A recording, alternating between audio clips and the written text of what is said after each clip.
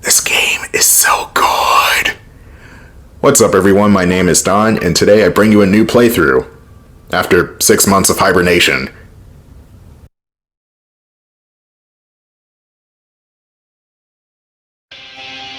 Teenage Mutant Ninja Turtles, Teenage Mutant Ninja Turtles, Teenage Mutant Ninja Turtles, heroes in the half shell. They are the world's most fearsome fighting team. The heroes in the half shell and their queen. When the evil Shredder attacks, these turtle boys don't cut him no slack. Teenage Mutant Ninja Turtles, Teenage Mutant Ninja Turtles. Splinter taught them to be ninja teens. Leonardo Lee's Donatello does machine. Raphael's cool but rude. Michelangelo's party dude. Teenage Mutant Ninja Turtles, Teenage Mutant Ninja Turtles, Teenage Mutant Ninja Turtles, heroes in the half shell. That's right, it's Teenage Mutant Ninja Turtles Shredder's Revenge on all modern consoles and PC. Ninja Turtles! Shredder's Revenge. Yeah, that's what I said. Let's kick some shell! Shredder's Revenge, released exactly 9 months ago from the time I'm recording this, June 16th, 2022, and I'm recording this again for like the third time. This game and Jedi Fallen Order has to be like the most troubled production I've ever had. And hopefully, I pray to God that this recording session stays in sync. So here's the tutorial. You don't really need it unless you're really new to beat 'em ups. And even then, you still don't need it. You beat people up, you slash them, you move to the next screen. Beat 'em ups have been a thing since 1986, probably even before that. So here are your characters. You got 6 of them, 4 turtles, and you got April O'Neil and Splinter. Holy crap! You can play as April. You can play as Splinter. I'm going for Splinter. I'm playing as Splinter right now. Every character's got their own attributes. Splinter, he's the slowest, but he's also the most hard-hitting. Other than Raphael, of course. Hey, what's on the news? Good evening, New York, and welcome back to Vernon's Views, where the view is always crystal clear. On today's show, a gift for me as thanks for... What's going on here? Where's the gift receipt? I can't believe these sequences aren't voice acted because it's strange. They got the original voice actors back for this game. Sup, New York? I'm a terrible bebop. We interrupt this program to give you chaos. Ha ha ha. The Statue of Liberty's getting a makeover and it's gonna look better than ever. Keep it locked here on Bebop's Beat. To see your debut, and the foot's gonna get you. What the show? You gotta get to channel 6. I don't know who's talking there, but I assume it's Leonardo. Job breaking news.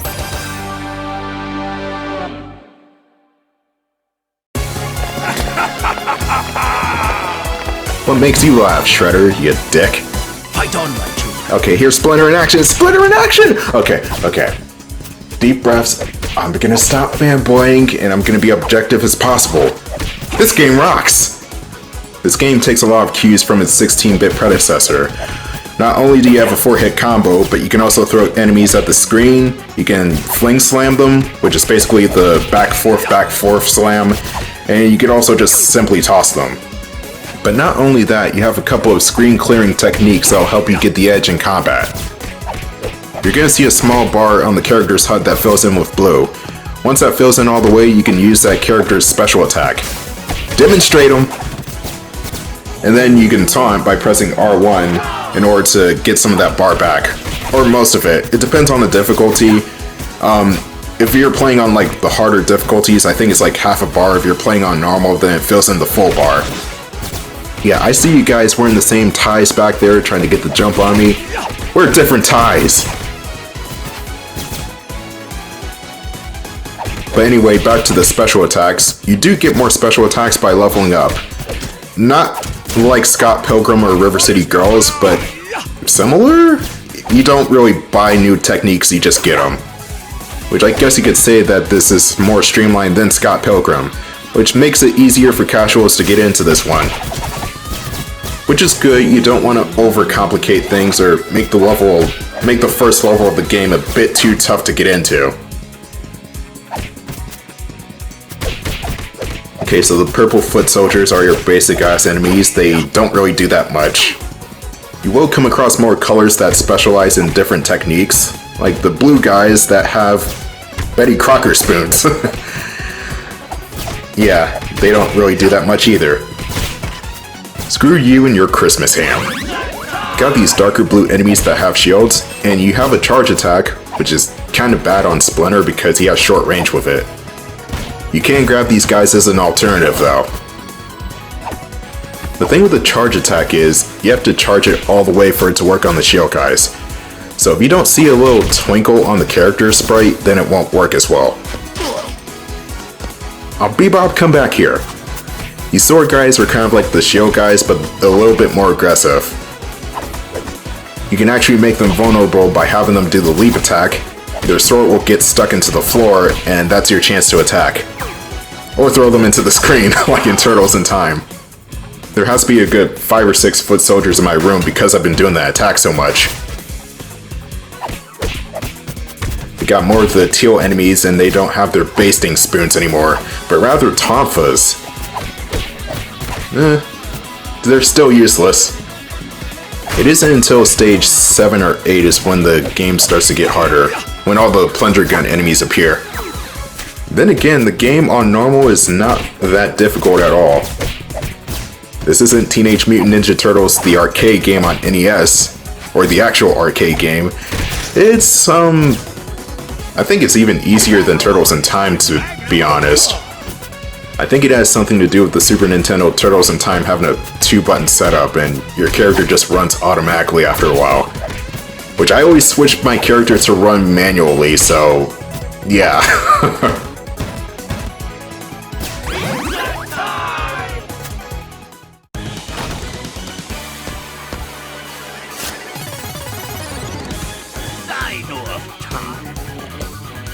Bebop, the perfect first boss for a game like this.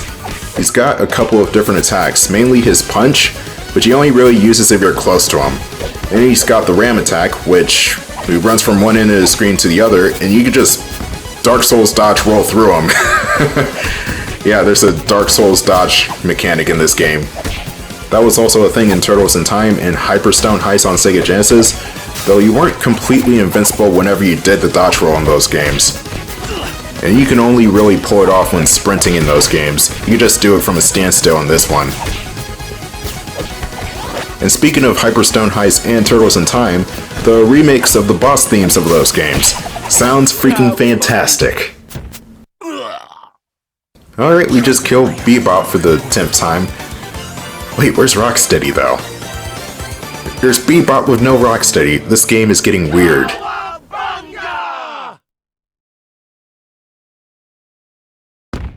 There he is. Wait, why does he want the Krang head? No, you lose, Toyo.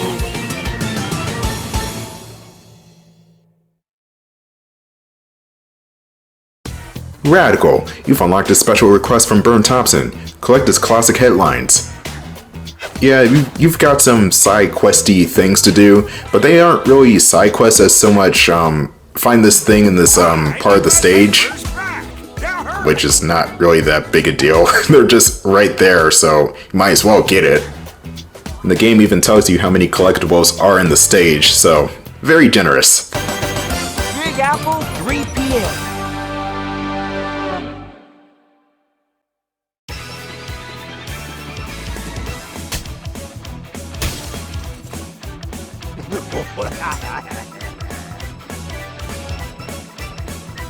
We need to follow that damn rhino, see what he's doing with Krang's head. Whenever Krang's involved, that means something bad's gonna happen, so we gotta stop it before we get to that point. And they just put our car out of commission, too. Oh. Looks like we're not gonna use the turtle van this time. The Pizza Power Pizza makes a return here, and you could get a lot of combo potential. You bounce the dead foot soldiers off the edge of the screen and back into your pizza power attack, and you just get huge amounts of hits. Now, this kind of makes the pizza a bit redundant because you already have a screen clearing technique that you could kind of use at will, or you have to have enough mana points to use, so almost at will, and depending on the character, kind of acts like the pizza. But it's good to see that pizza power makes a return here. Oh god, it's Bebop's Beats. Wait, is that a cooking show? Bebop has a cooking show. We found the headline for Burns. We have to find 3 of these around the stage. Or a couple of stages. Actually, I think it was this stage only.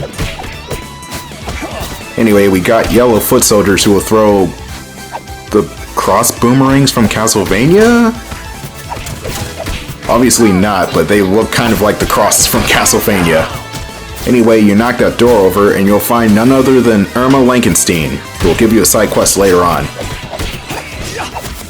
Now, this game does sort of have a loose continuity with the 1987 show and video game, but it's also in broad strokes, so maybe it happened on the same timeline, maybe it didn't, it's in its own separate timeline, hell, maybe it happened before the arcade game.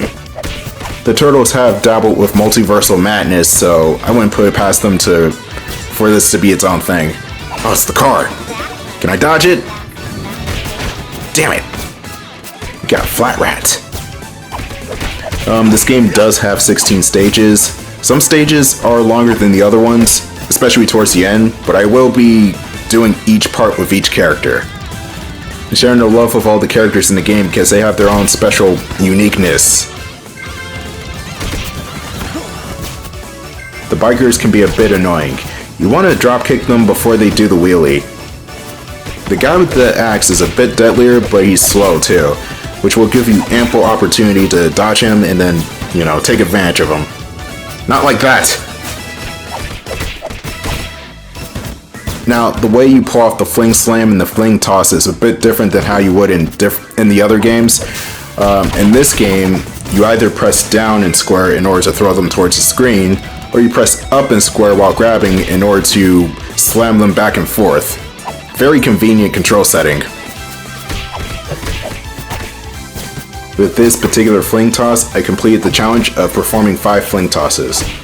You do have challenges on particular stages that range from don't get hit by anything to do a certain amount of attacks.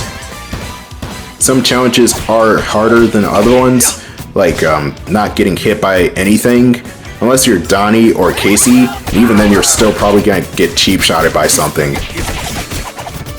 Here's the Infinite Ninja Power, which gives us 10 seconds of, well, Infinite Ninja Power.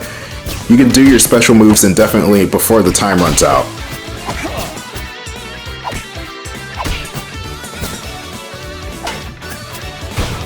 The good old red barrel of death makes a return in this game.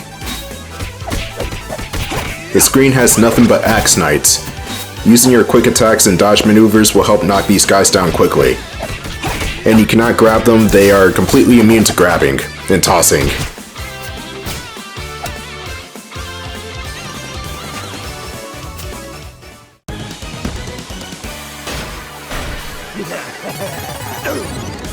Say your prayers! Rocksteady alone, he's a bit tougher than Bebop, but not by much. It's like saying Sylvester Stallone's tougher than Arnold. He's got a signature blast cannon that will fire 3 spread shots. Easy to dodge. What's not so easy are the grenades though. They fall wherever they fall, they're kind of random. But you do have time to get away from them before they explode. And they can also kill the foot soldiers too. Also his big boot too, which was honestly scaled down from Teenage Mutant Ninja Turtles the arcade game, and Turtles in Time where it's literally a frame 1 cheap attack. Ow, my horn!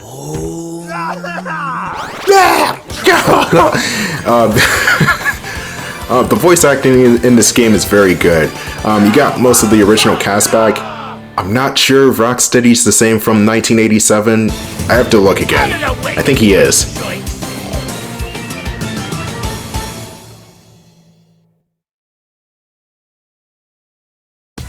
Cowabunga! You've unlocked a special request from Irma Lankenstein. Collect her diary entries. Irma left her secret diaries in the streets of New York for all of the world to see. Can you please find my diary? Yeah, we gotta get those back quickly.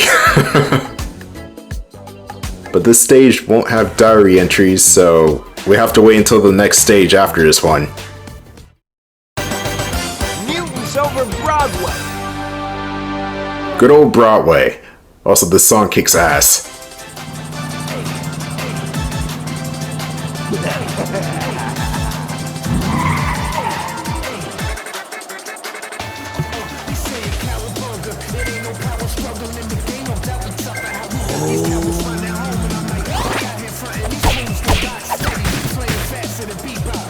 I hate that challenge anyway. Here's the first of 3 of these kind of gimmicky rider stages. I'm not sure how to explain them. You're just kind of on rails going from left to right. It's kind of like Neon Knight Riders from Turtles in Time, or the mysterious ghost ship from the Hyperstone heist. Or there was another one in Manhattan Project too. I'm forgetting the name though. Here's a helicopter that just flew over my house. I'm not sure if you heard that. I hope you didn't hear that. Because that was loud. Okay, we could just ignore physics. And you got a skateboard back. Ignoring physics and reality. The Fling Slam in this game is not as overpowered as it was previously. Especially in Hyperstone Heist. In that game, you can kill anything in one hit with a Fling Slam. You got hot rods on the oncoming lane trying to run you over, as well as bikers.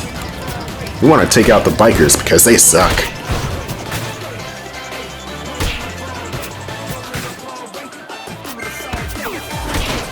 Ah, another flat rat situation.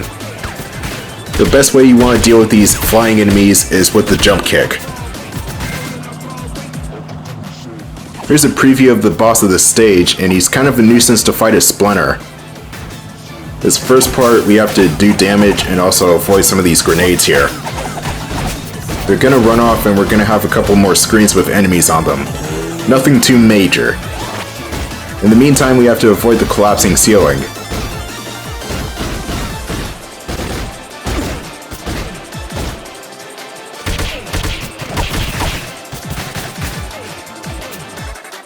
Now we got the blue guys with wrenches. They're still not that big a deal.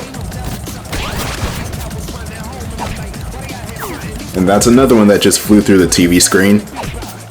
Technically speaking, you can't break the 4th wall if there's no 4th wall to be broken.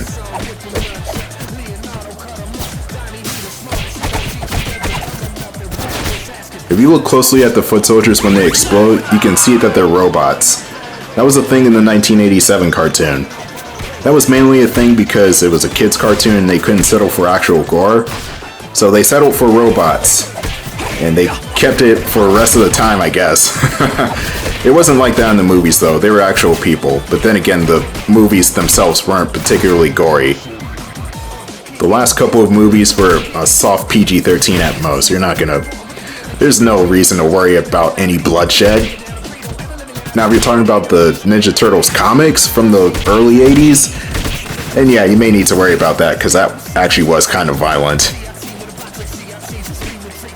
Got these foot soldiers on jetpacks and they're kind of annoying to deal with, but all you have to do is the leaping slash in order to get up to them.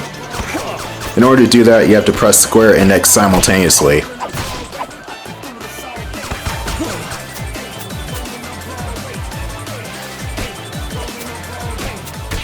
Okay, that's it. There should be one more pizza before the boss of the stage. And again, he's tough with Splinter, because Splinter likes to slide forward anytime he attacks. Title bashing time! We're gonna stomp you, wimps! Okay, so there are a couple of attacks you need to watch out for. Mainly Bebop's mace attack, which is damn near frame 1 perfect. You also have to consider that the truck is actually a hitbox too, so if you run into that, you'll take damage. Rocksteady will also throw out his grenades and shoot his gun out at you, which the gun is easier to avoid than the grenades. Sometimes.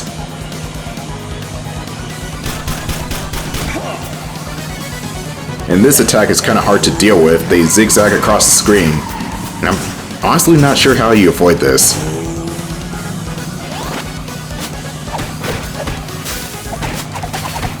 Okay, we're in the second phase of the boss fight. You can tell that we're going into a pinch mode by the change of the music. Anyway, they do much more of the same, except they're a bit more frantic with their grenade throwing. He is so accurate! Jeez, I should have picked somebody else that has more reach. Yeah, probably my least favorite boss in the game because he's kind of unpredictable. Or they're kind of unpredictable. I keep saying he, but it's two of them.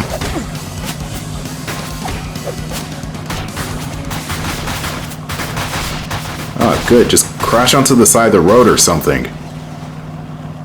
We just committed a murder. Double homicide, even. Anyway, that's going to be the end of part 1. I'm back. Stay tuned for part 2.